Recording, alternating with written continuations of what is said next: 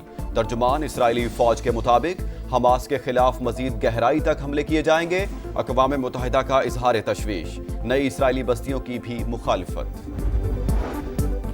عالمی شہرت یافتہ امریکی جج فرینک کیپریو 88 سال کی عمر میں انتقال کر گئے۔ وہ طویل عرصے سے کینسر کے عارضے میں مبتلا تھے۔ فرینک کیپریو اپنے فیصلوں میں انسانی ہمدردی کے جذبات اور سائلین کی مدد کے جذبے کے باعث جانے جاتے تھے۔ مقدمات کی سماعت سوشل میڈیا پر دکھائی جاتی تھیں۔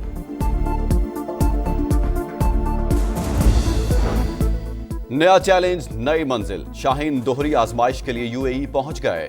3 ملکی ٹورنامنٹ اور ایشیا کپ کے لیے آج سے تیاریاں شروع۔ گرین شرٹس ٹرائنگولر سیریز کا پہلا میچ 29 اگست کو افغانستان سے کھیلیں گے۔ ایشیا کپ میں پاکستان کا پہلا میچ 12 ستمبر کو عمان سے ہوگا۔ اور 100 سال تجھے ہونے کو ہیں، اب منزل تجھ سے دور نہیں، ہر شعبہ زندگی میں آگے بڑھنے کا ویژن۔ وزارت ترقی و منصوبہ بندی نے اڑان پاکستان کا آفیشیل ترانہ جاری کر دیا۔ احسن اقبال نے ترانہ سوشل میڈیا ایپ ایکس پر بھی اپلوڈ کر دیا۔